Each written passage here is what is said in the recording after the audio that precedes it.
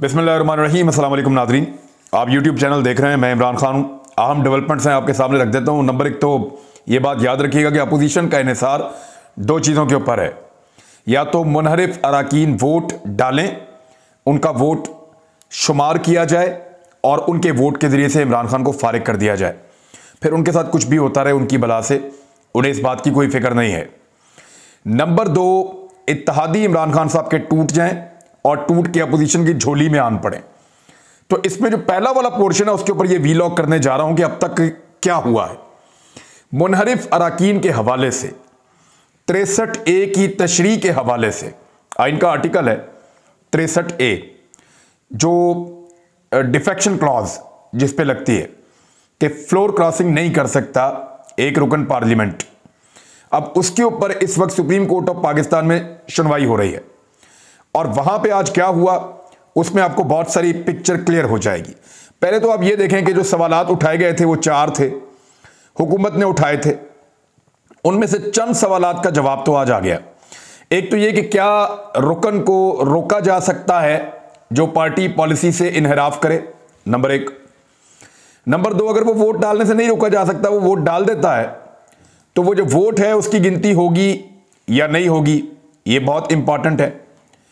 Number तीन, इसको फिर कैसे रोका जाए, और अगर वो वोट डाल देता है उसके बाद उसकी नाअहली होती है तो वो कितनी मुद्दत के लिए होगी, क्या वो ताहयात नाअहल हो जाएगा और दोबारा कभी इलेक्शन नहीं लड़ सकेगा। और आखिरी नंबर पे ये है कि फिर इन चीज़ों को रोकना कैसे है, फ्लोर क्रॉसिंग को और ये जो हॉर्स ट्रेडिंग है इसको कैसे रोकना है। ये 4 सवालात सदारती रेफरेंस में सुप्रीम कोर्ट ऑफ पाकिस्तान में गए थे। इन सवालात के ऊपर अपने अपने जवाब दिए हैं तमाम पॉलिटिकल पार्टीज ने, और किस किस पार्टी ने क्या कहा ये जरा आप थोड़ा सा सुन लें। इसमें सुप्रीम कोर्ट बार ने भी जवाब दिया है, और सुप्रीम कोर्ट बार एसोसिएशन ऐसा लगता है कि एक पॉलिटिकल पार्टी बन गई है या अपोजिशन की पार्टियों की नुमाइंदगी कर रही है। इस बारे में फवाद चौधरी साहब ने यह कहा भी कि ये सब्सिडरी दिखाई दे रही है, जैसा कि अपोजिशन पार्टी के लिए काम कर रहे हैं और अपोजिशन का एक ग्रुप दिखाई दे रहा है सुप्रीम कोर्ट बार काउंसिल। अब सुप्रीम कोर्ट बार ने जो जवाब दिया वो क्या है, उन्होंने कहा कि अदम एतमाद की तहरीक में रुकन पार्लियामेंट के वोट का हक जो है वो इनफरादी करार दे दिया। उन्होंने कहा आर्टिकल 95 के तहत वोट डालना रुकन कौमी असम्बली का इनफरादी हक है और किसी सियासी जमात का हक नहीं है। यानी वो चाहे तो अपनी पार्टी की मंशा के खिलाफ भी वोट डाल सकता है, ये उसका अकेले का हक है, उसकी पार्टी का हक नहीं है। उन्होंने कहा कि आर्टिकल 95 के तहत डाला गया हर वोट गिनती में शुमार भी होगा। हर रुकन कौमी असम्बली अपने वोट का हक इस्तेमाल करने में खुद मुख्तार है, और आर्टिकल 63A के तहत किसी भी रुकन कौमी असम्बली को वोट डालने से पहले नहीं रोका जा सकता। आर्टिकल 63A में पार्टी डायरेक्शन के खिलाफ वोट डालने पर कोई नाअहली भी नहीं है। उन्होंने क्लियर ही कर दिया कि जो अपोजिशन चाहती है वैसा का वैसा लिखकर, चाहे आइन में वैसा है या नहीं है, सुप्रीम कोर्ट बार ने वैसे ही लिखकर जवाब जमा करवा दिया। अब फवाद चौधरी साहब ने इसके ऊपर बहुत तनकीद की और इन्होंने कहा कि वकला तंजीमों का काम सियासी जमातों का आला कार बनना नहीं है। अच्छा, यही बात जो है जो फवाद चौधरी साहब ने की है, इससे मिलती जुलती बात दूसरी वकला तंजीमें भी कर रही हैं। यानी वकला की और भी बॉडीज मौजूद हैं, कोई इलेक्शन जीत जाते हैं, कोई इलेक्शन हार जाते हैं, लेकिन अब एतराज आना शुरू हो गए हैं। हामिद खान ग्रुप ने सुप्रीम कोर्ट बार की हालिया पटिशन और ताहयात नाअहली के खिलाफ पटिशन की मुखालफत कर दी और कहा है कि वकला को सियासी जमातों का आला कार नहीं बनना चाहिए। सुप्रीम कोर्ट बार और पाकिस्तान बार को जाती फवायद के लिए इस्तेमाल किया जा रहा है, सियासी जमातें भी वकला को इस्तेमाल करना बंद करें। तो अब वकला के अंदर भी एक डिवाइड आ गई है कि ये जो सुप्रीम कोर्ट बार है वो इस्तेमाल हो रही है इस मकसद के लिए कि एक मखसूस पॉलिटिकल टोले को हुकूमत के खिलाफ फायदा पहुंचाया जाए। अब ये तो इनका मौक़िफ़ था और उसके ऊपर जवाब भी आ गया सुप्रीम कोर्ट बार के मौक़िफ़ पे।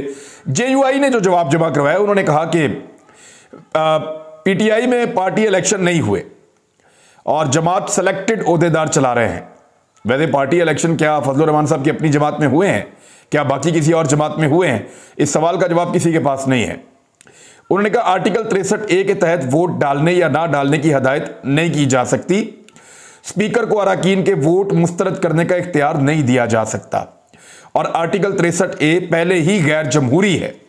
आजाद जीतकर पार्टी में शामिल होने वालों की नशिस्त भी पार्टी की पाबंद हो जाती है। पार्टी के खिलाफ वोट पर ताहयात नाअहली कमजोर जमहूरियत को मजीद कमतर कर देगी। ये JUI का मौक़िफ़ है, यानी वो एक ऐसा मौक़िफ़ दे रहे हैं जिसमें वो ये कह रहे हैं कि अगर कोई आदमी इनहराफ करता है या वादा खिलाफी करता है या ख़यानत करता है वोट के अंदर, तो उस आदमी के ऊपर कोई कानूनी दबाव नहीं होना चाहिए। मुस्लिम लीग नून ने भी इसी तरह का जवाब जमा करवाया।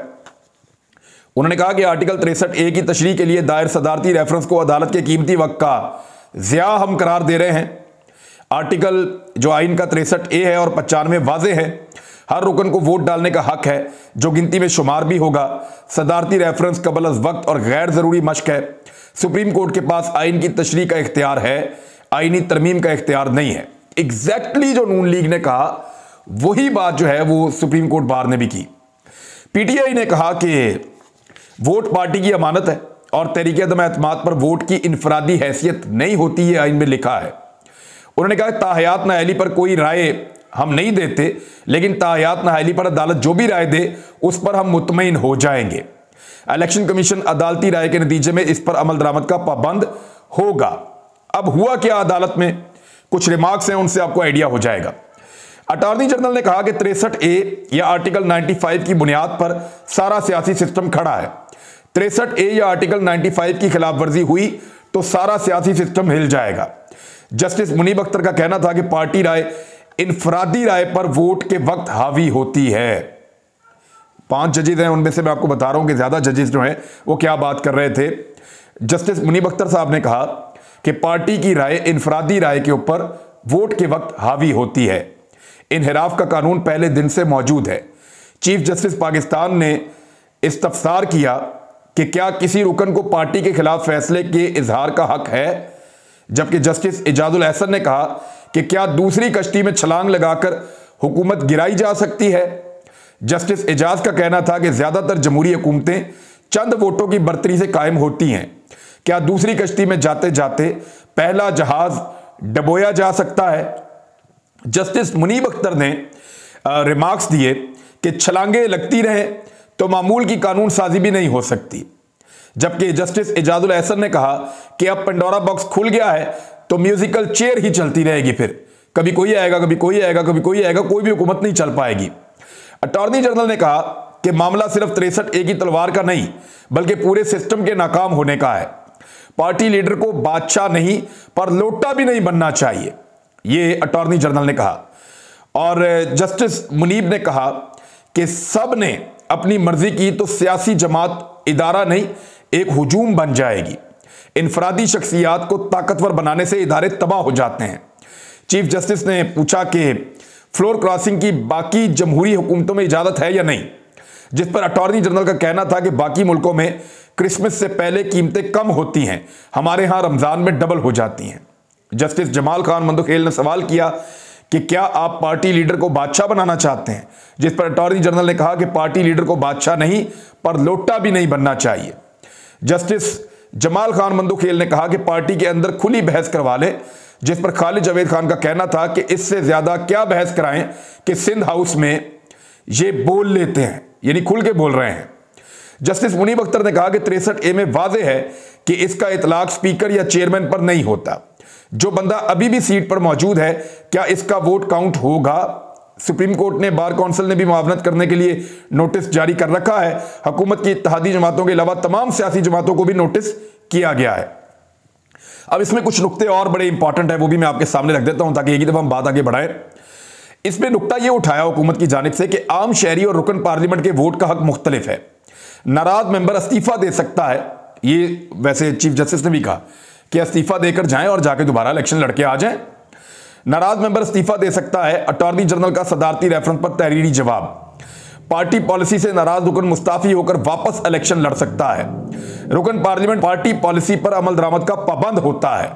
पैसे लेकर पार्टी के खिलाफ वोट देने वाला कभी अवाम की नुमाइंदगी नहीं कर सकता। मुल्की या गैर मुल्की अनासर MNAs खरीदो फरोख्त करके हुकूमत गिराना चाहते हैं। वोट जमात की अमानत है, पार्टी पॉलिसी के खिलाफ वोट नहीं दिया जा सकता, यह जुमला याद रखिएगा। इसी तरह हुकूमतें गिराने से अवाम का पार्लिमानी जमहूरियत से एतमाद उठ जाएगा। पाकिस्तान पीपल्स पार्टी के एक रहनुमा हैं, उनका नाम है रजा रब्बानी। आपको याद है उन्होंने जब फौजी अदालतें बन रही थी तो उसकी बड़ी शदीद मुखालफत वो करते थे। वो ये कहते थे कि पाकिस्तान में फौजी अदालतें नहीं होनी चाहिए। हालांकि उन्हीं अदालतों से सजाएं होने के बाद पाकिस्तान में दहशतगर्दी कम हुई है, लेकिन वो फौजी अदालतों के सख्त खिलाफ थे और वो फौजी अदालतें नहीं बनने देना चाहते थे। और वो रो रहे थे सेनेट में खड़े होकर, वो रोते रहे और रोते रोते उन्होंने ये स्टेटमेंट दिया था। उनका स्टेटमेंट मैं आपको पढ़ के सुना देता हूं। उन्होंने कहा था कि मुझे 10-12 साल हो गए हैं इस सेनेट में, मैं कभी इतना शर्मिंदा नहीं हुआ जितना मैं आज शर्मिंदा हूं। मेरा वोट मेरी पार्टी की अमानत है और मैं इसलिए इस वोट को डाल रहा हूं। मैं आज अपने ज़मीर के खिलाफ वोट दे रहा हूं क्योंकि वोट पार्टी की अमानत है। अब यही बात जब पीटीआई करे तो गलत है, लेकिन रजा रब्बानी पीपल्स पार्टी के लिए वोट पार्टी की अमानत जानते हुए डाल दें कि फौजी अदालतें बनाई जाएं और रोते हुए डाल दें, तो वो जो है वो पार्टी की अमानत है। और यहां पे पार्टी की अमानत नहीं है वोट। यानी एक जगह पे इनका मौकिफ कुछ और होता है, दूसरी जगह पे मौकिफ कुछ और होता है। अब ये मामला तो हो गया क्लियर, और इसके ऊपर जो है वो वकला के अंदर भी एक डिवीजन बड़ी वाज़े पैदा हो गई है। यहां पे हमजा शहबाज साहब का एक स्टेटमेंट आया, और वो स्टेटमेंट बड़ा इंपॉर्टेंट इसलिए है कि हमजा शहबाज साहब ने एक ऑफर करवा दी है। उन्होंने कहा कि मुनहरिफ अरकान अपनी नशिस्त से अगर महरूम हुए तो वो नून लीग के टिकट पर इलेक्शन लड़ेंगे। ये हमजा शहबाज साहब ने कहा है। और उन्होंने कहा कि, और वैसे एक जियो ग्रुप के प्रोग्राम के साथ बात कर रहे थे, और उन्होंने कहा कि अवाम की नफ्स कहती है कि इमरान खान साहब को हटा दिया जाए, तो फिर हम उनको हटा रहे हैं। और इस मकसद के दौरान अगर कोई रुकन असेंबली अपनी सीट से डी सीट हो जाता है तो फिर हम उसको मुस्लिम लीग नून अपना टिकट देगी और उसके ऊपर वो इलेक्शन लड़कर वापस आएगा और दोबारा वो मेंबर कौमी असेंबली बन जाएगा। अब ये दावा है हमजा शहबाज साहब का, लेकिन इसमें अब एक मामला सुप्रीम कोर्ट में जाके अटक गया है। ये फैसला सुप्रीम कोर्ट ऑफ पाकिस्तान ने करना है और सबकी नजरें इस वक्त सुप्रीम कोर्ट ऑफ पाकिस्तान पे लगी हुई हैं। मेरी अपनी दानिश में मुझे क्या लगता है क्या होगा मैं आपको बता देता हूं, और चीजें उस तरफ जाती हुई दिखाई भी दे रही हैं। हो सकता है कि मेरी यह खबर दुरुस्त साबित हो जाए। यह हो यह सकता है कि 2-3 चीजें तो क्लियर हो गई। एक तो सुप्रीम कोर्ट ने यह क्लियर कर दिया कि वोट डालने से नहीं रोका जा सकता। यानी राजा रियाज की आप मिसाल ले लें, नवाब शेर वसीर की मिसाल ले लें, या वो खवातीन जो वोट डालने जा रही हैं पाकिस्तान तहरीक इंसाफ के खिलाफ, या वोट डालना चाहते हैं अदब एतमाद में अपोजिशन के साथ मिलकर इमरान खान के खिलाफ, इनको वोट डालने से नहीं रोका जा सकता। ये जाएंगे और जाकर वोट डालेंगे। अब अहम एक तो मामला हो गया क्लियर कि वोट डालने से नहीं रोका जा सकता। अब 3 सवालों के जवाब रह गए। एक ये कि क्या इनके वोट की गिनती होगी, ये इख्तियार स्पीकर को दिया जाएगा या नहीं दिया जाएगा कि आप वोट गिने या ना गिने, इनके वोट को शुमार करें या ना करें। इसका इख्तियार स्पीकर को दिया जाएगा सुप्रीम कोर्ट से, या यह कहा जाएगा कि जिसने वोट डाल दिया उसके वोट की गिनती हो जाएगी। यह एक बड़ा इंपॉर्टेंट क्वेश्चन है, इसका जवाब आपको एक आधे दिन में मिल जाएगा। लेकिन बड़ा सवाल इससे भी ज्यादा यह है कि हॉर्स ट्रेडिंग को और फ्लोर क्रॉसिंग को रोका कैसा जाए। यह एक बड़ा सवाल है, लेकिन जो तीसरा वाला नुक्ता है उसके अंदर इसका जवाब मौजूद है। अगर सुप्रीम कोर्ट ऑफ पाकिस्तान यह कह देती है कि ठीक है जिसने वोट डालना डाले, जिसने इमरान खान को नाअहल करवाना है वो जाकर करवा ले, लेकिन उसकी कीमत उसको अदा करनी पड़ेगी। और उसकी कीमत यह है कि अगर अपनी पार्टी के खिलाफ वो वोट डालेगा तो वो ताहयात नाअहल हो जाएगा। यानी राजा रियाज साहब अगर वोट डालना चाहते हैं, नूर आलम खान साहब डालना चाहते हैं, या बाकी लोग अगर वोट डालना चाहते हैं इमरान खान के खिलाफ, और उनको अवाम का दुख और दर्द का बड़ा एहसास है, तो अवाम के दुख और दर्द के लिए उनको एक कुर्बानी देनी पड़ेगी। और कुर्बानी ये है कि वो जाकर इमरान खान को निकालने के लिए वोट डालें और फिर आइंदा के लिए खुद अपने आप को पॉलिटिक्स से बाहर कर लें। यानी आइंदा वो ताहयात नाअहल हो जाएं और जाकर इलेक्शन ना लड़ सकें। तो ये एक बहुत बड़ी मुसीबत बन जाएगी मुनहरिफ अराकीन के लिए, क्योंकि वो तो टिकटों के वादे के ऊपर जाकर इमरान खान के खिलाफ वोट डाल रहे हैं। तो अगर ये चीज ऐसे क्लियर हो जाती है तो फिर बहुत बड़ी मुसीबत बन जाएगी अपोजिशन के लिए। तो ये जो 2 सवाल हैं ये बड़े इंपॉर्टेंट हैं। नंबर 1, स्पीकर के पास ये इख्तियार होगा कि वो वोट को गिने या ना गिने। सुप्रीम कोर्ट इस पे क्या कहता है कि वोट को शुमार ही ना करना चाहे अगर स्पीकर, तो क्या उनके पास ये इख्तियार है?